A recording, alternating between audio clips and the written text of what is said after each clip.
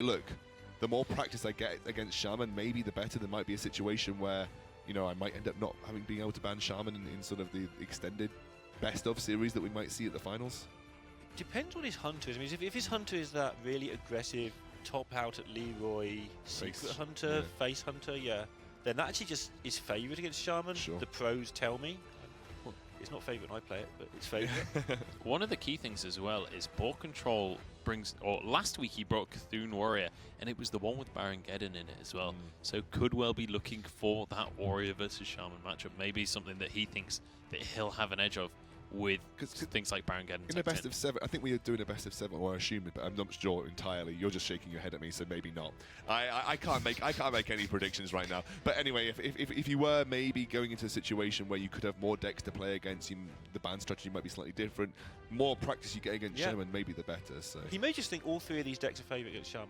Yeah. Like a lot of players, Zixov just says that Druid beats Shaman. A lot of the pros do believe that. Some of them don't as well. But if he may just think that all 3 of these decks are actually favourite, depending what's in his warrior with that Geddon, etc. Well, we've seen Geddon in Mysterious as Druid, so let's not write off too many and things. Druid is really powerful. Banning Druid is a strategy that is entirely valid, I think. No, totally. It does destroy warrior. I mean, Druid is really good against warrior. Yeah, absolutely. And we'll see what actually will be coming through here tonight. I am telling a lie, by the way. I said that BoarControl was bringing the same lineup he did last week. That's not actually quite true. He brought Tempo Mage last week. He's bringing a Hunter this time. Okay, so instead. he is going for the face Hunter almost certainly then. Yeah, so different one. But let's poke you guys one last time for your predictions. Excoundrel, we'll start with you. This is a really tough one because both of these are excellent players, but I've been a BoarControl fan every single week. I've predicted him to win, and he's not let me down so far. So I'm going to say BoarControl, but I think it'll be close, 3-2. I think I've predicted 1 game right so far tonight, let alone a match. Yeah. Same. Boar takes this by beating Shaman 3 times, but I don't know how many times he loses first. I'm going to go 3-1 Boar. Okay, I mean, the guy's 6-0. He's our reigning champion. I've been going for Cipher just about every week, but I feel like you just have to go with BoarControl on this one, realistically. Like, the stats don't lie. The stats don't lie. I'm going to go BoarControl. I'm going to go with a 3-1 as well. I think that's your standard Conquest prediction, really. A 3-0 is fairly rare. Not obviously tonight, but generally speaking. So I'm going to go with a 3-1 because I think that's a safe bet. But with the predictions out of the way, I think we're just about ready to jump on into this series. This is going to be a good one. This was our grand finals last season. 2 best of 7s consecutively. First one went all 7 games. The second one, I believe, was 4-2 final score, if I'm not mistaken. Don't quote me on that. But yeah, this is... I wouldn't be too surprised to see it go 3-2, to be honest, between these 2 players. I mean, best of 5 between 2 great players, absolutely anything can happen. It depends on what they queue order as well. There's no tiebreakers, so they don't need to try to get that extra point or whatever by queuing what they think is strongest first or any of that stuff. So it will just be a Hearthstone match. He does bring that face hunter, so he is targeting the Shaman, and Cipher seems to be playing the same deck. He's playing the Snake Trap version, which will indicate that he's also playing a more aggressive version.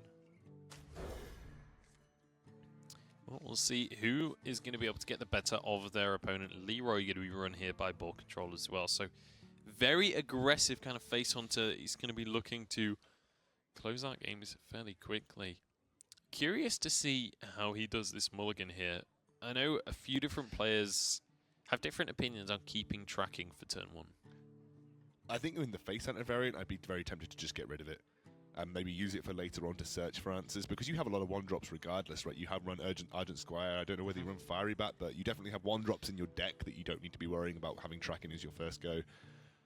I'm actually on board with Lorinda's strategy in terms of ban phase here. I'm thinking BoarControl has bought something or a lineup that is specifically designed to deal well with Shaman, which is why it's not been banned. And like you said, in the Conquest format, if you bring 3 decks that will deal with 1 deck, it gives yourself an advantage because they have to win with that deck at some point. Yeah, and the only reason we don't see this that often as a strategy is because Shaman is so good that even the decks that target it, it's not like if you bring 3 decks that beat Warrior, for instance, and you get that matchup 3 times, you can go sort of 70% 3 times or 65% 3 times. When you're targeting Shaman, even your best deck's like 60-something%, if you're very, very lucky. So it's not really a case of going 3-0 against it, despite the fact that's my prediction, because I wanted to highlight the Shaman-esque attacking. But the reason you don't see it that often as a strategy is because it's hard. But all of these, I think, will be favoured against the Shaman. So there is a question here whether you coin out something like Cat Trick, because you know that there is that real threat of a turn 2 secret coming out from the hunters from Cipher, given that Secret Keeper has gone down. So coining out Cat Trick would mean that you would get something to deal with Secret Keeper unless it's Freezing Trap. So you have that very small percentage play that if it's Freezing Trap, you do get punished for that. But this is a hard turn because you really want to go coin Huntress Cat Trick next turn. Yeah, that's true. But you've got to see how your timing goes. If you do the coin Huntress Cat Trick next turn, then you get the Eagle Horn bow with the secret up, and then you can buff your bow. Sure. But the beating you take in the meantime, as we're going to see here, now this Cat Trick's going to deal with a coin. You're going to take a beating for taking this strategy. So it's a very tight balance, but Boar is going with the value. It's a super play. difficult turn to make, but like you said, you do have that ability now to just coin Cloak Huntress. He probably would have liked to have picked up another secret off the back of that, but he's going to have the ability to also play the Eagle Horn bow to deal directly with this, and then play the Cloak Huntress the following turn if he has to, which is also a very viable strategy. And he is going to do this, and he's going to be met with the Cat Trick. It will be like his worst nightmare here. I love Cypher's strategy. We've talked a lot about Cypher's ability to use his emotes in game to try and tilt his opponent, but BoarControl is one of these guys that just won't get tilted by that kind of thing. He's just giving the thanks out there as well. I mean, his bow's going to deal with 2 of these things, obviously. Oh, always Huffer. Double Huffer. And this is going to be so hard to claw back. It's possible, especially with that freezing trap. That's a huge pickup. That's massive. Yeah, and with both secrets out as well, I wouldn't be surprised to see BoarControl just hold on to the weapon, not clear anything, just to make sure to stack up the charges here. Barnes a very viable turn here. But other options are available. Interesting to see the Bear Trap in this deck at all. Yeah, Bear Traps would obviously hint towards the mid-range secret variant, as we can pretty much make sure that, well, we have a good idea that is the kind of variant of Secret Hunter that we're seeing here. You do sometimes see people take Bear Trap in and out. I actually think Bear Trap's incredibly useful in a lot of situations, so I don't mind including it. Let's have a think about what turn Cipher could take at this point in time, though. The obvious play is to Barnes, but what you searching for a high main would be great. If you top out a Ragnaros, how great would that be as well to get the 1-1 Ragnaros on board? Are you okay if your opponent plays Unleash? You probably are. So he's going to make sure it is a freezing turn first. He will expect it to be freezing. He's just checking. Bouncing the Huffer back, because then he can later replay that with the charge. Yeah. And now he'll go with the Barnes. Now he's got the bad news. He will be a little bit scared of Snipe, which is why Barnes takes a moment. That is a great draw from Barnes. That is literally the dream. Ragnaros would have been probably better in this situation to push damage, but if he has Ragnaros in the deck, that is. But that's, you know, almost certainly a fantastic outcome here for Cipher. But the explosive trap for Boar means that Boar does have the option to play explosive trap and kill the high main and only have to face down the Barnes. The downside of that is he's not really getting anywhere very fast, and his health total is ticking towards 0. Sure, and as a face hunter, that's not really where you want to find yourself, because you want to be applying pressure to face. And it looks like BoarControl is going to start to ramp up towards face, but I feel like Cipher can probably just straight up ignore what's on board right now. I mean, how much damage has he got? When does this Huffer come down? Does it come down on turn 7? If so, you start building for that now. I feel like right here, when BoarControl hits your face and indicates that he's willing to go for this kind of sprint off, I wouldn't have been too surprised to see just the Bear Trap dropped, just as like a, you know what, you're going to hit my face, you'll just help me build board. There's a Cat Trick. And he knows there's a Cat Trick now, so he's playing around it. So he knows that he's playing around a Cat Trick at this point in time. And with the quick shot in hand, he says, I don't need to play into Cat Trick. I can push enough damage as is, and with hero power, I probably just end up winning. Okay, so there's the explosive trap, and Boar is going to buy himself another turn, but it's looking pretty forlorn. So with Huffer and quick shot correctly managed, Cipher can get through in 2 turns, and Boar's nowhere near killing him right now. You just trade the board here because you know it's explosive trap, right? Yeah, you might even just quick shot face, hero power face here. I guess you want to not let him have the cat. So maybe you just drop the Huffer and go face. No, you know it's explosive, so maybe you trigger it and go explosive. Yeah. Okay, I got there. You trigger the trap, then you play the Huffer. You neglect your hero power this turn. That way the Cat Trick never goes off. You guarantee and yourself lethal next turn. Yeah. You literally there is no way you die at turn 6 from 24 HP from the Face Hunters, so... Yeah, it's just a bit weird that as a hunter you're not using all your mana, but this is definitely the way to win the game. I got there in the end, guys. And he just needs a hero power next turn to win, so... Well, that is going to be Cipher going 1-0 up in the series as he spams those emotes. Wow, there's a little bit of needle here, guys. Some serious BM coming out from Cipher. I mean, when you know your opponent doesn't like to losing. Expect. Right. Yeah, I mean, that's the point you brought up earlier. It's absolutely, BoarControl does not want to lose. He does not enjoy losing at all. Very competitive guy. Cipher very much looking to capitalize on that. So well played, I guess. I mean, what Cipher can say is essentially he has the unofficial ESL Premiership title. If BoarControl ends up winning the whole thing, it's like, well, I beat BoarControl, you know. Yeah, that is something to play for. Right? If you're the only person who beats the guy, then you know you make yourself your name. It's all about your name at the moment. There's a lot of players in the UK up and coming, and the guys who are at the top already are trying to just say, no, I'm still there, guys. That's a great point. You know, if BoarControl ends up winning next week, which is a very viable possibility. You know, he could. I'm just gonna be. I'm being Lorinda's dad right now. God, that sounds like the oldest person in the world. I am the oldest person in the world. I'm the You oldest are now. person in esports. No, that's not quite right. I'm sure that's accurate. You know, Cipher then has that to say. Well, I might not have made it to finals, but I beat the guy who won it. So yeah. Yeah, so definitely, I mean, these guys always remember who beat them where and when, especially when it was a massive final and the way in which it happened. And I think as well, that's a key point, was in the grand finals, the first version of that best of 7. Obviously, it was a double best of 7 on the grounds that BoarControl won the first. On the very first best of 7, Cipher was 3-1 up before BoarControl managed to win 3 games in a row to actually win out the series. Yeah, it's absolutely insane. I mean, not only did he have to come back from the 3-1, he then has a whole nother series in which he's expected to probably go 3-1 down again. You know, history tends to repeat in Hearthstone because that's how deck lineups work. Look at this very nice start for Cipher. He has answers to BoarControl's board right now. He could wait and use the Cult Sorcerer coin next turn to deal with it, or you could just straight up just play the Mana Worm coin Arcane Blast this turn, or even, should you really want, play the Sorcerer's Apprentice with the coin and get a free Arcane Blast. But this is just the better way. You get a 3-3 on board. And you always have to follow up with the Cult Sorcerer next turn. So, great answer to a turn 1. Secret Keeper, a 3-3 Mana Worm. Yeah, they're going to trade blows here. Obviously, the quick shot, like, sure. Can't see any reason why you wouldn't quick shot here unless you really want to get greedy with Eagle Horn Bow. So actually, this is although that's a great start for Cipher, you have to be hoping that's the Loot Hoarder variant we're talking about. Now, in this matchup, Loot Hoarder's really good because it's going to kill a thing and replace itself.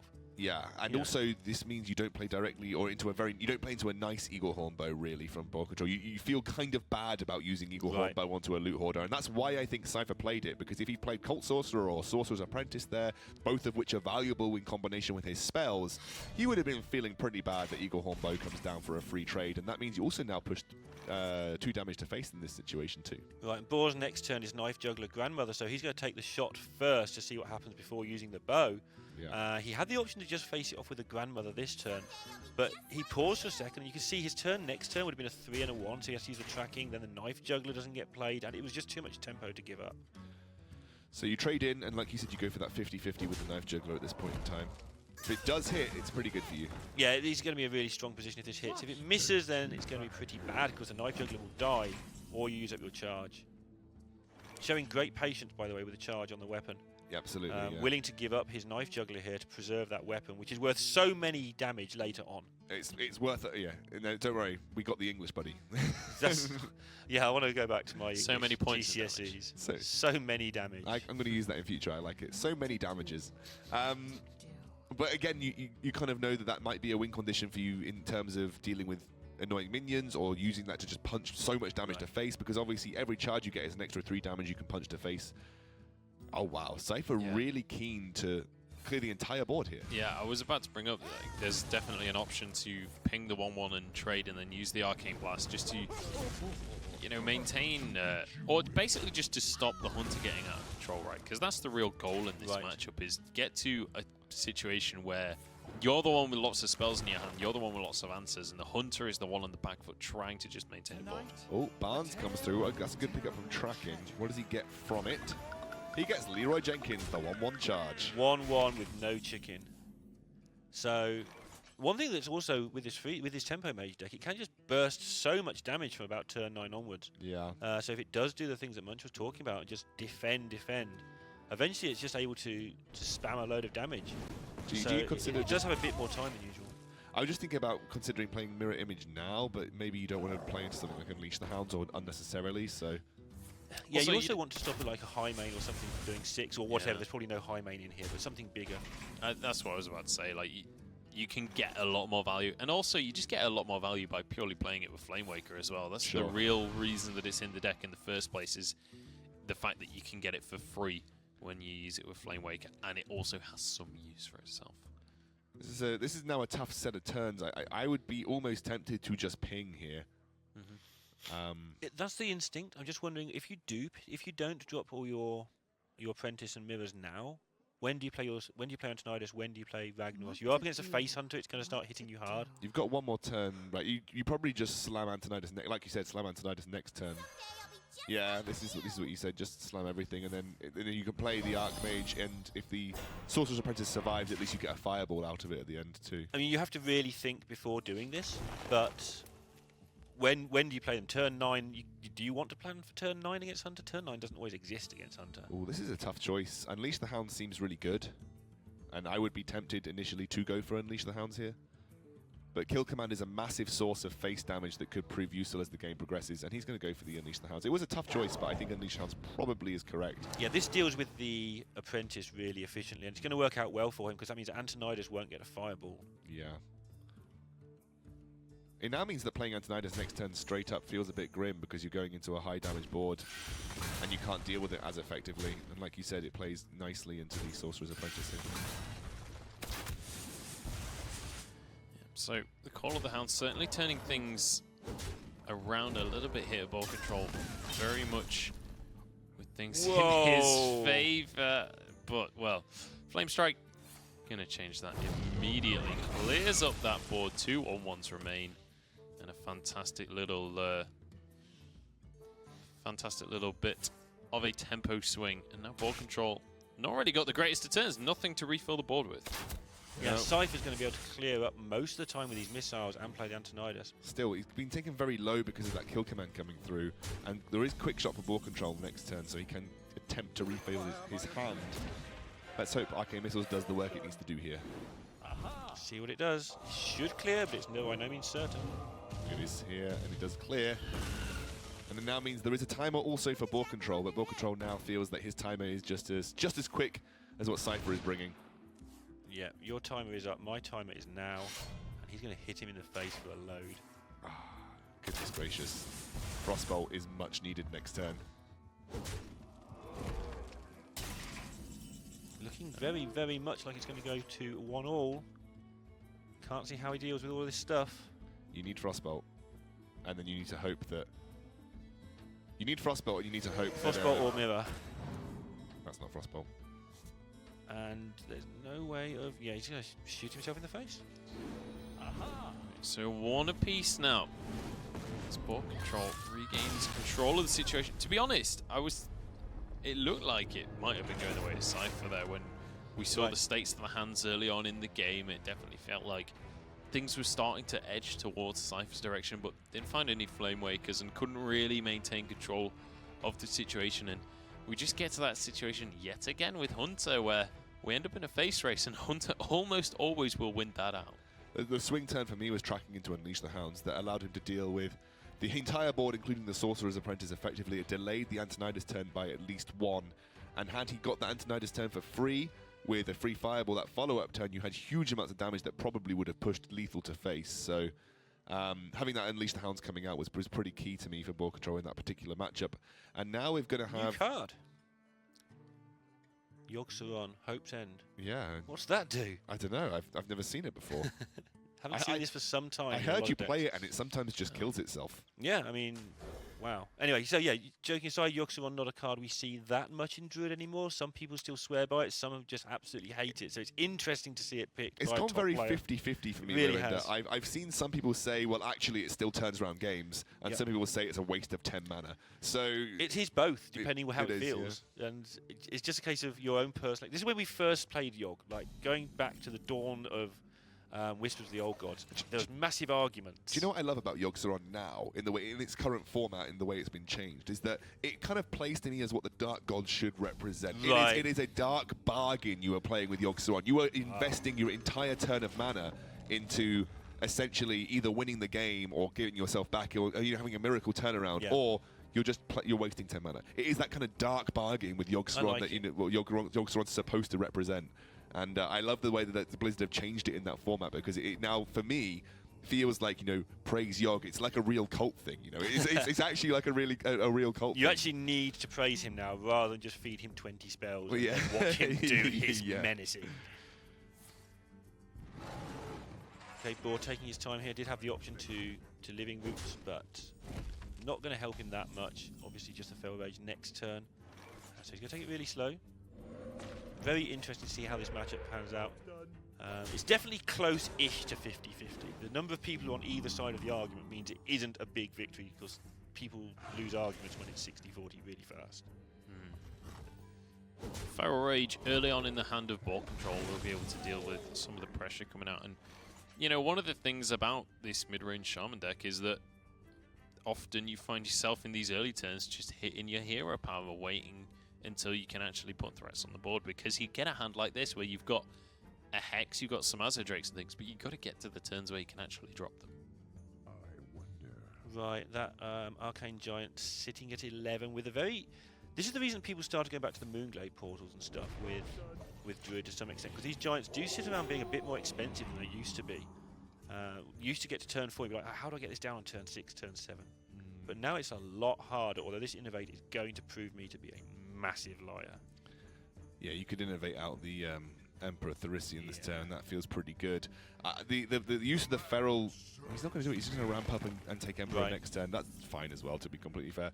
That kind of bails him out, that Flame Tongue Totem, in my opinion, because previously I felt like the Feral Spirits there, they really messed up the turn 5 of these Azure Drakes sitting in Cipher's hand, and he really would have had nothing other than just a Hex to play if a threat came down, or the hero power. But now with that sort of Flame Tongue Totem on board, that's pretty good. And he's also going to be able to use Living Roots at the back of this Azure Drake to clean that up nicely. Really interesting to me how quickly he made this decision. He had a lot of long-term decisions he could make this turn.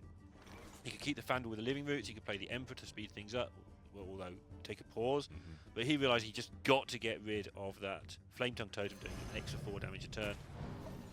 And the speed of the decision is how many times he's played this matchup.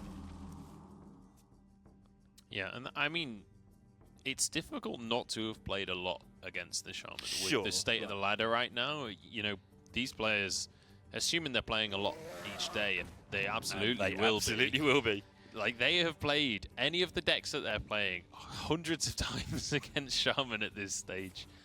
It's certainly a deck that's incredibly popular right now. So, okay, so Boar thinks he can win this fair and square. He could have saved the Innovate to play into Yogg next turn. He hasn't done that. He's going to develop board instead. Well, he's only played 3 spells. Sure. So innovating Yogg next turn would feel kind of bad, because you're not really going to get anything from it. He's going to go and just flood the board at this point in time, though, and you're begging some sort of board clear with, I don't know, like Maelstrom Portal or something along those lines. And it doesn't look like Cipher's got that in hand right now. Well, but it doesn't have the mana to use it. I think you probably just play Spirit Claws to deal with the 3/3, right? Or you push face. Yeah, actually, it's really, really complicated. So he can get a good trade into the 4/4, for instance, but that beggars a swipe. So that's not good. So then you look at the 3/3 and it just trades into the 2/2, and that doesn't feel that great either. You can Spirit Claws into the 3/3. You can do so much here. I think you want to use the Spirit Claws because it's whilst you've got the spell damage.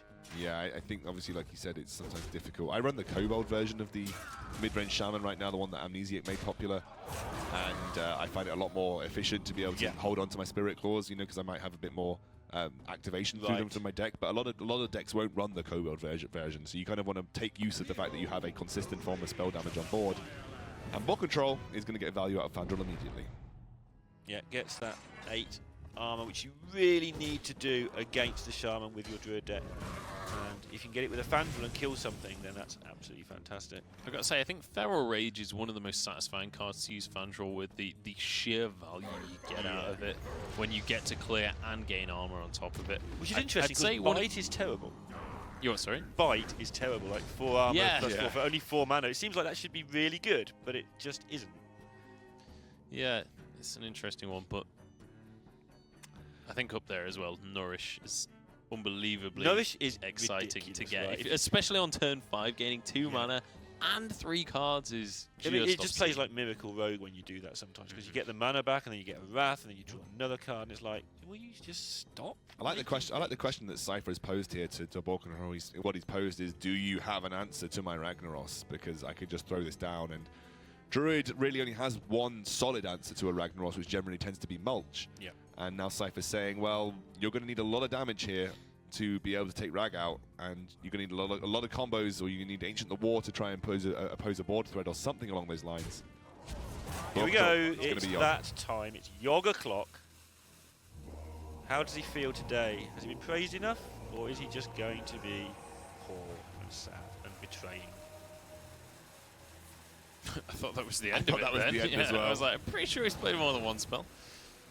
Yeah, so, I mean... Oh, goodbye, Fandral. Yogg is displeased. Sad times. And that's it. Well, pretty sad. Disastrous Yogg, to be honest. Seems like a good hex to me this turn. It does a bit, doesn't it? Yeah. I think you also have to think about what else you could pull from Barnes, for instance, or how else you want to play the rest of your turn. I actually don't think it matters too much.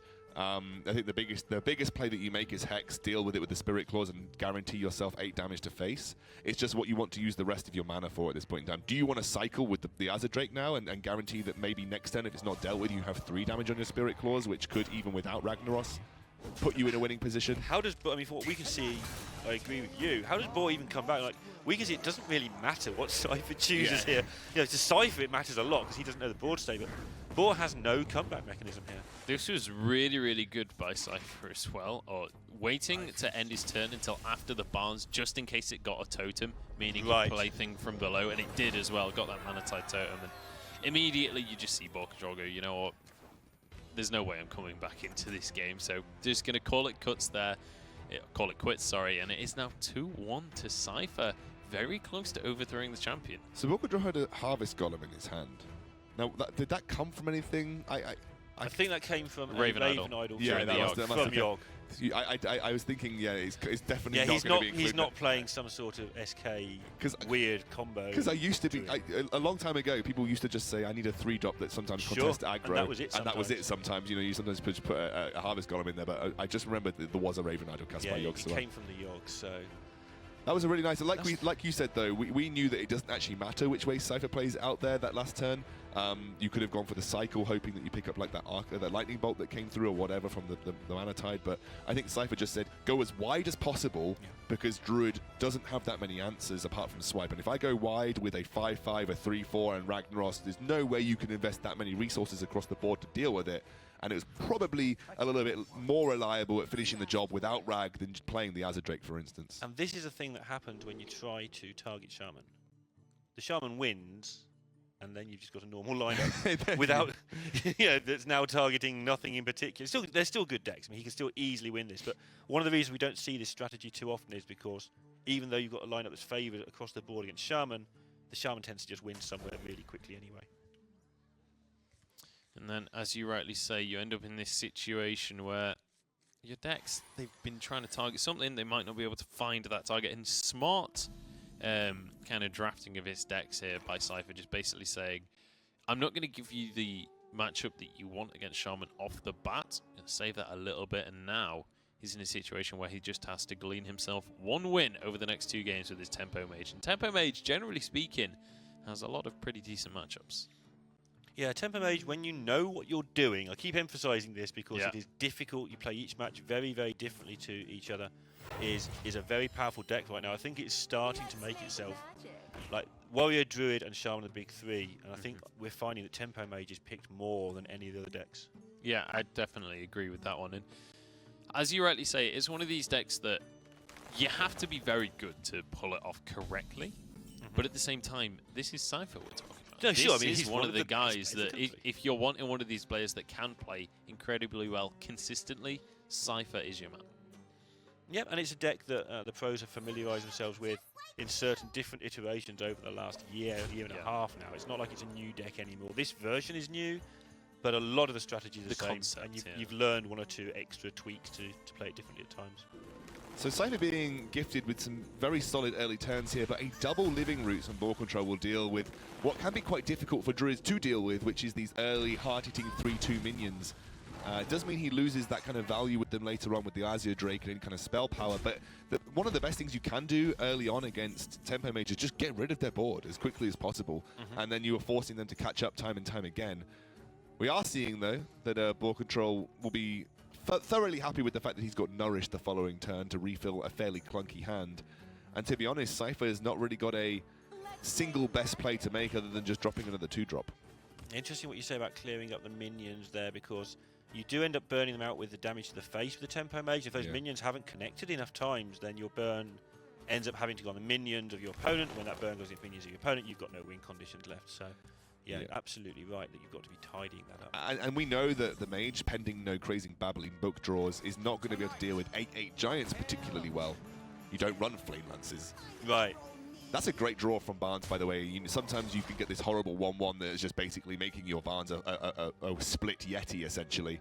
But now, with you get value out of your 1/1 like a Loot Hoarder, that's pretty solid. You'd say that a Loot Hoarder is a nice draw from Barnes. When you actually go through this deck card by card with Barnes, almost everything does something. It might give you some spell damage, or it might do a card draw, etc. One of the great ways this deck functions is that Barnes is so good. It helps you go wide, and every card that goes wide with it is useful. It's just better than 1/1. So we're going to see probably the Azure Drake come down here. You could have had the option of also going Arcane Intellect and maybe just playing Blood Mage Thanos, tempting like a hero power out of the Druid, for instance. He's going to see a return with probably the Wrath now as well. Yeah, very back and forth game here. Cipher still has a handful of gas at the moment, but so does Boar. It's going to be pretty brutal the next 3 or 4 turns. Flamemaker certainly... Flamemaker Thanos. Flamemaker Thanos. You've seen one swipe, right, haven't you? So Flamemaker Thanos Arcane Missiles doesn't seem awful. 6 missiles at a 4 health guy. You've got a decent chance. You're dealing the odds. You're dealing the odds, right? But your other play would maybe be Arcane Intellect and Loot Hoarder, and then follow up turn with maybe a Firelands Portal the following. Okay, let's see how this goes for him. He's not going to play the Thanos, making sure that one of the missiles connects in the form of a second ping. Yeah. And now, because it hasn't done its job properly, he's going to play the Loot Hoarder. This makes a lot of sense to me. Yeah, okay. So basically, the Thanos there gives you the same outcome. As a guaranteed ping. As a guaranteed ping, essentially. So yeah, actually, that's the better play to have It is made. just the better play. But it was good play, we thought of. Well done, us. Well done, us. We're so good. We're not really, though, are we? It's going to be Ancient of War coming down. That's, again, now posing questions to Cipher. Questions that Cipher doesn't really have too many answers to. Doomguard would be great, though. Yeah, it's just struggling here. I assume he'll just suicide in this Loot Hoarder to see where he stands. At least that sets up a rag for next turn. And there will be a next turn. He's not dying anytime soon. He might be dying in 3 or 4 turns' time pretty heftily, but he's not dying anytime soon. Well, you can Blood Mage Fireball and just put it onto 1 health, but then that runs the risk of it being healed with a Moonglade Portal. That's the problem. Well, at least you trade with that Firelands Portal. Though the Moonglade Portal is going to be a real spanner in the works right now. That's so great about Ancient of War with Moonglade Portal. Yeah. Yeah, now just bad things are going to happen to Cipher. But I was thinking about getting a cheeky 5 to face there. Yeah, he's cheeky. He's thinking about it. Regardless, right, the Flame Strike's not looking awful for Cipher the following turn.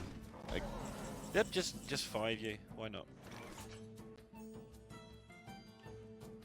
So this is an interesting one. There's a couple of options. You could just Flame Strike, knowing that you can deal with this 5/9. You could just slam Ragnaros and say, well, it could take out 2 high-value minions, and without mulch, he's kind of stuck in the mud and might have to end up trading into me. Because if you play Ragnaros, do you have to put the 4/4 into the Ancient? That doesn't feel good. And if you're going to put the 4/4 into the Ancient anyway, then you might as well just use Flame Strike. Flame Strike, or even Fireball, Blood Mage, Arcane Intellect. Because I guess the only way you'd hold on to Flame Strike here is if Cipher was considering the following turn of Blood Mage Thanos Flame Strike. But even then, like, what difference is that going to make in the grand scheme of things about... Actually, you know, what am I talking about? You can't actually... Yeah, so you could Fireball it and play, like, Intellect, and that leaves you... I actually made a mistake, by the way. You can't kill the Ancient Ore, obviously, with Flame Strike. Thanks, buddy. Shh, Twitch chat will never know. I was helping. Wow. So now he's just going to put it all into Flame Strike range for next turn. Yeah, that basically... I was obviously telegraphing to BoarControl, but then BoarControl might not know that he has a Blood Mage Thanos in hand, and he might be saying, oh, he's got an Azure Drake on board. Yeah, if he just plays the Giant, then Flame Strike's kind of covered, right? Yeah. Just get rid of this Drake, play the Giant, and then you're covered. The Flame Strike clears some of your stuff, and you hit them for 8. Yeah, it's not bad at all. There we see another Baron Geddon in a hand of a BoarControl deck, which really lends toward that theory of, you know, building this lineup purely to go against that mid-range Shaman. Yeah. Obviously, as we know, Shaman is out of the running in this matchup now, so unfortunately not going to be able to find a target for that one. But then again, Baron Geddon's still just a pretty... Yeah, it's a pretty tasty card, that's the thing. 2 damage every single turn consistently. Always going to be great. So he knows what he's up against here. He wants to play this Giant for sure. He just needs to make sure he takes down this Drake, so it's maximum annoyance for Cipher as well, like clearing up these other guys. And he needs to work out whether he wants to go face. What he'd like to do is go face with these. Maybe see him even mulch. He's just going to go for another Ancient of War here. Sure, why not? This just makes the fact that... And he's even going to trade in saying, well, yeah, go ahead, Flame Strike, because it's really not going to get you much. Yeah. What I don't mind seeing here is maybe the Violence Portal and Ping. But I think there's a couple of options that you would have to consider for Cipher. So you could just, like you said, Blood Mage Thanos on Flame Strike, but you could also Violence Portal that 5/5 and ping the 5/1, and then suddenly you've got a board that is not looking great, but at least it doesn't feel like you've wasted the value of Flame Strike onto something that isn't particularly enticing. Right, I mean, I'm just looking. Boar is so in control here. He's got the mulch ready for the Ragnaros. Nice joke. He's got the Fandral with the Feral Rage ready for other things like this setup now. Yeah. He can play the Giant at will. He's got a 5/10 that can't be dealt with. All he's got to do basically is not die, and he can do that with the Fandral Feral Rage play. Probably now, and then he can just mulch a Ragnaros later. I think he's in a fantastic spot. Yeah, he really is. I think I'm on board with you on that in every regard. Even going to go for the Azure Drake first before the Fandral Innovate Feral Rage play. Only downside to that is you do kind of play into Flame Strike somewhat. Somewhat, sure. But then you've got a Giant and a 5/10 on board. Still pretty okay, even in the scheme, even in the situation where Flame Strike. So what if you play Flame Strike now for Cipher, you're dead. Like, you just die. Yeah. That's actually really well worked. He knows that there's spell damage in hand. He's worked out that the 5 is an important number. Obviously, the ping he can see, but the way the previous play was set up, he knows there's probably a Blood Mage in hand. And so he's put down 13 damage, on top of the fact of, you know, there's a Fandral and a blooming Azure Drake. These aren't fun to deal with anyway. So what I guess the win, or rather the play that would somehow keep you alive here is Ragnaros and maybe Frostbolt the 5/10, and hope that Ragnaros hits the 8/8, and if it doesn't, you're probably dead. Or you can concede. Or you can just concede. I think that's the thing. Even then, even if you do somehow pull off that miraculous play, you still don't survive any longer than that 1 extra turn that you've bought yourself. You still end up going. Yeah, So, no, I just think if you're trying to exhaust all possibilities, then sure. that's like kind of the way you Yeah, I think potentially you're right. exhaust the possibilities. That was good. No, yeah, definitely would have been, I think, the only play to keep you in the game, but certainly feel like it probably would have been delaying the inevitable at that point. And now, we mentioned maybe this is the way it would go, and to be honest, I'm glad it has. We've had 2 3-0s tonight, but we are going to be going to a full 5-game series between BoarControl and Cipher, and I feel like I feel like it had to. You know, I'm glad. I feel like this was it's going this destiny far. almost, and now we get to see the 2 Titans butt heads one last time before finals, which regrettably Cipher won't be going to. But BoarControl looking to keep up his flawless streak here in the 5th game. I'm trying to remember what decks are still remaining. Warrior for Boar. We haven't seen what. Could be anything at this point. And still got this Mage going on for Cipher that he's struggling to get the win with. Now, if it's the same as last week, which I wouldn't be too surprised, it will be Cthulhu Warrior. So Yogg's Saron in there as well. This could be either an Zoth variant, or this could be just classic control, because some classic control. What they do is they do just stick Yogg in there, by the way. I know a lot of people will ask why. You can cast 5 to 7 spells easily before using Yogg's Saron, and that's still, like you said, for one card, for a control warrior where 10 mana sometimes doesn't matter that much. I say that with like a tentative tone. Playing 10 mana sometimes doesn't matter too much. You know, a lot of people are just choosing to include it. One of the things before the nerf that Warrior didn't like Yogg for, it played Yogg, but one of the things that could go wrong is like in mirror matches, it would draw you too many cards. Well, Yogg's not very good at drawing cards now anyway. And something you can see it do is just play it as a 7/5. Like, for 2 spells, you play the Yogg, it goes, I don't know, Living Roots, Pacify, off you go. You've got a 7/5. It's terrible value. You don't play a 7/5 for 10. But you can actually wangle it now, so worst case scenario, it's an extra minion in, say, in the mirror match or something like that. Whereas before, you used to just take your chance, it wouldn't draw you 100 cards and kill you. Yeah. So, well, pretty good start for Cipher so far. Gets a Mana Worm, as well as a Mirror Image, so that's going to be pretty tasty for him. Fiery War Axe is in the hand of BoarControl. Feels terrible to use it into a Mirror Image. Right, and this is the Loot Hoarder version of this Mage deck, which is a better version against Warrior than normal. Quite often you have to just go all in against Warrior and hope they don't have Brawl, then they Brawl and you lose. But with a Loot Hoarder for a little bit of sustain, be interesting to see. He's still going to go pretty all in. He's still going to go pretty flat out trying to do that damage before something like a Justicar just ruins the game. Yeah. But with the Loot Hoarders, he does have that tiny bit of extra sustain. So we do see Brawl in BoarControl's hand, and like you said, one of the main ways that Tempo Mage actually ends up winning this is just by going all in as quickly as they can.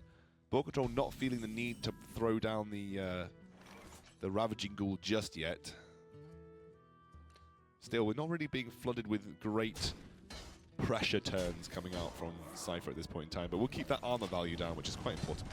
Interesting to see how Boar manages the next turn. I think he probably will take the time to take care of this Mana Worm now with the Slam and the Ghoul. The Bash as well could also happen, but you're right, the Slam and the Ghoul is just far superior, I'd say.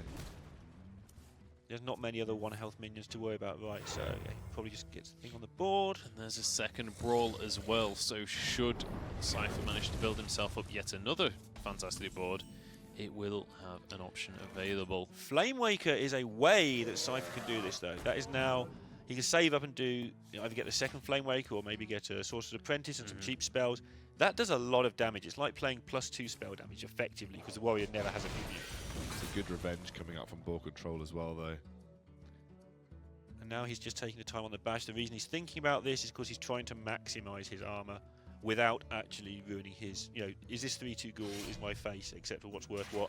I think what he's essentially assessing is, can I use Bash on a target, and is that going to be more valuable than something I can just take out with my life resource? And how valuable is my life as a resource right now against this Tempo Mage? Yeah, I mean, you do have to keep it pretty high. As you see here, if this hand was slightly different, this turn could be really disgusting. As it happens, it's kind of mediocre. But it does clear the way for Ragnaros in 2 turns' time, so Boar's got no way of dealing with Ragnaros as it stands. No good way, at least. Slamming down a Sylvanas kind of on turn 7 might be a thing. We might see him keep it back 1 turn for that. Sure, I think that could be a good play.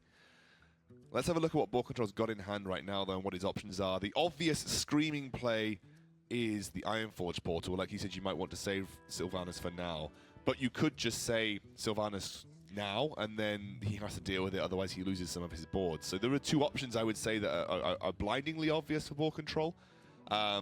I guess you could also think about using Bash in a weird way of some sort, but it probably doesn't feel too good to do it in this particular scenario. You might be saving Bash Execute for the Ragnaros, in which case you can play the Sylvanas, I guess. I guess you have answers to the Ragnaros, so why not play Sylvanas? But then, is Sylvanas too slow? Is Sylvanas saying... basically, you're assessing, do you need that 4 armor right now? Like, right. You're on 15 HP. You need some armor, because this deck can just hit you for 5, then hit you for 6, then hit you for 6, or something like that. Let's say worst case scenario is next turn Fireball and Frostbolt. You know, that's 9 damage plus what you've got on board, plus the spell power. You're dead, right, basically, in almost all situations. Yeah. Yeah, he'll have worked out what he wants to do in those situations for the next 3 or 4 turns now, and worked out which one he feels most comfortable with. And I think he probably went down a similar thought process to us, except quicker and more in depth. With don't want to play Sylvanas yet, but I've got the other things, and then he'll be looking ahead turns beyond that as well. Actually, Cipher's not in a great position here. doesn't really have a clean way of dealing with Sylvanas other than trading in his Flame Waker and using Flame Strike, which does not feel great. That doesn't sound fun, does it?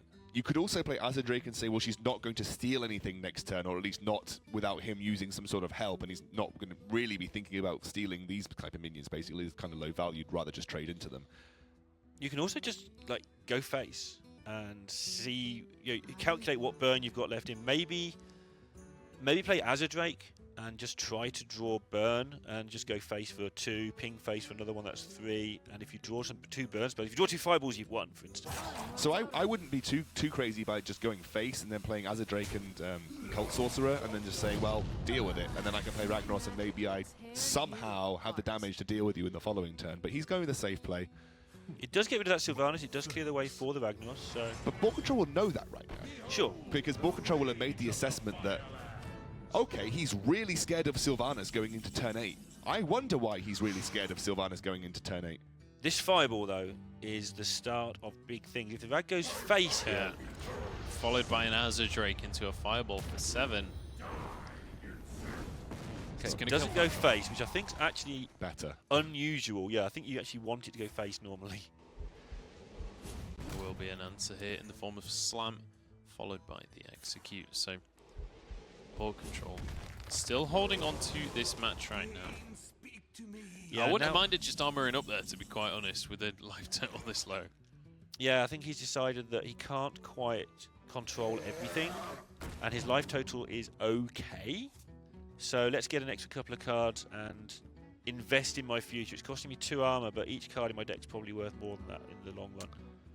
This is a really tough turn for Cipher now because you could just fireball face to deal with all of that armor and to keep the pressure up, but you could also think about playing your Cult Sorcerer and Loot Hoarder for the mana and just say, well, I'm going to go wide, and if he deals with me going wide, then I've still got the follow-up of Flame Waker and Fireball, which is better than 1 Spell Power and Fireball if I get the clean chance to go face with it. Also got to think what he reads into the Acolyte being played, which looks a little bit more desperate than Boar looks. Like, we can see that Boar's not that desperate, but Cipher might be thinking, oh, Boar's out of stuff.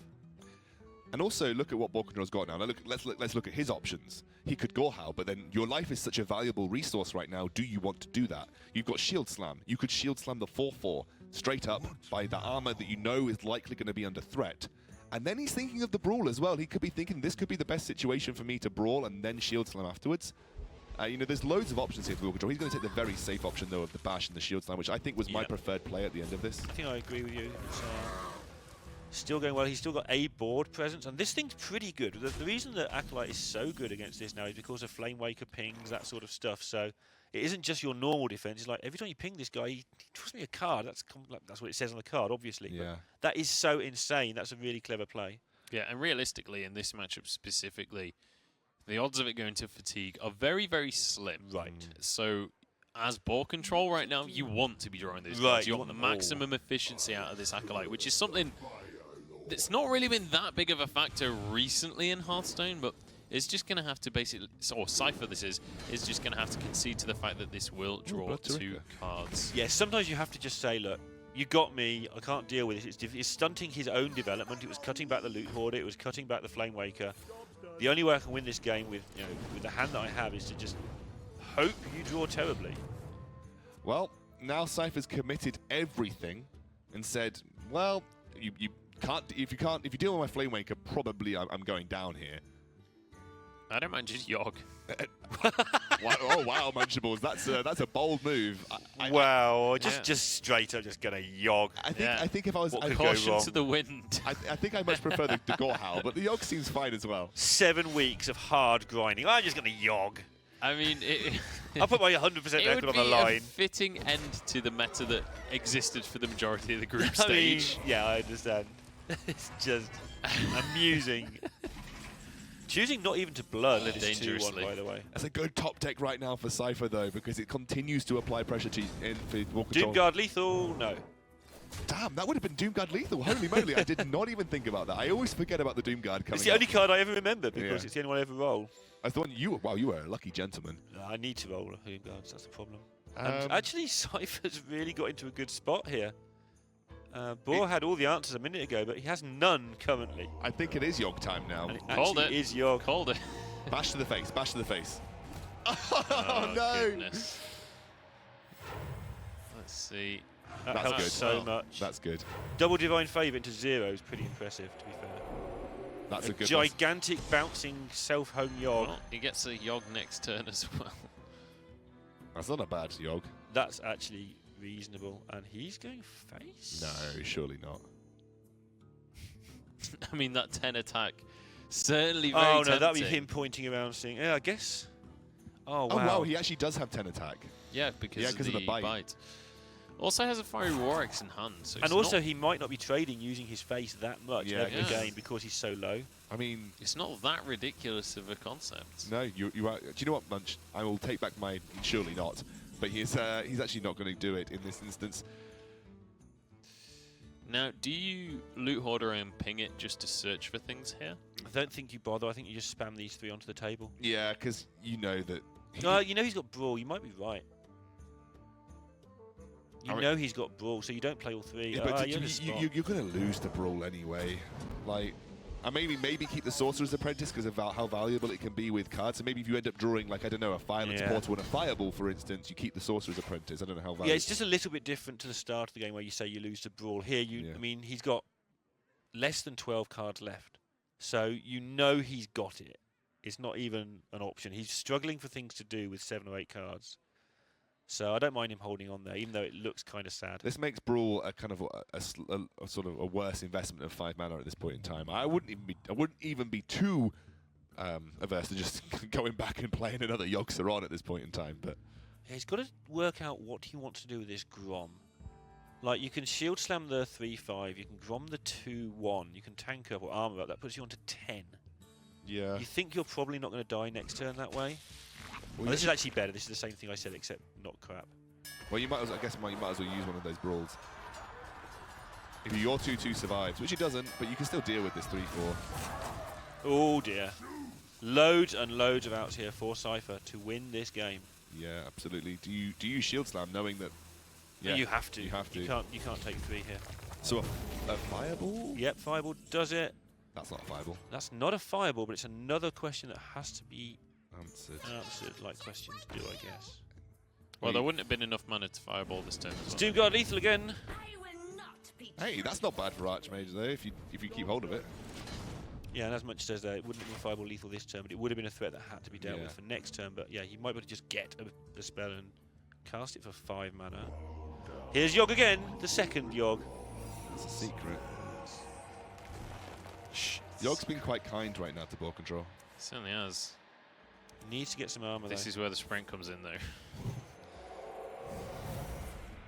Oh, this could be gigantic! Goodness. Is it on his own face? If it is, he probably wins the game. 1 in 5. Oh, it's on Yogg-Saron. Hellfire. That's he's one off dying. That's 1 HP with ping on the opposing side of the field. He needs to get something miraculous onto his own face. Yogg is living. It's not likely. Oh, bash! Oh. He dies! He dies! With 3 armor left. No. I mean, as I said before, a fitting way to end the final match of the final episode of the group stages here. You're a sick man. With the Yogg-Saron meta that we've just kind of seen the back of, BoarControl bringing it to the final matchup. We did go to the full 5 games. Cipher took it in the end, 3-2. So Boar's 100% record falls. Watered. And the only time the Munchables hasn't gone for Cipher, and he ends up winning the game. Now we know who to blame. Yeah. My predictions this season did really have just been abysmal, to be got honest. them all right. Check the bullets. I'm not going to believe you on that one, but I mean, well, what a way to end it.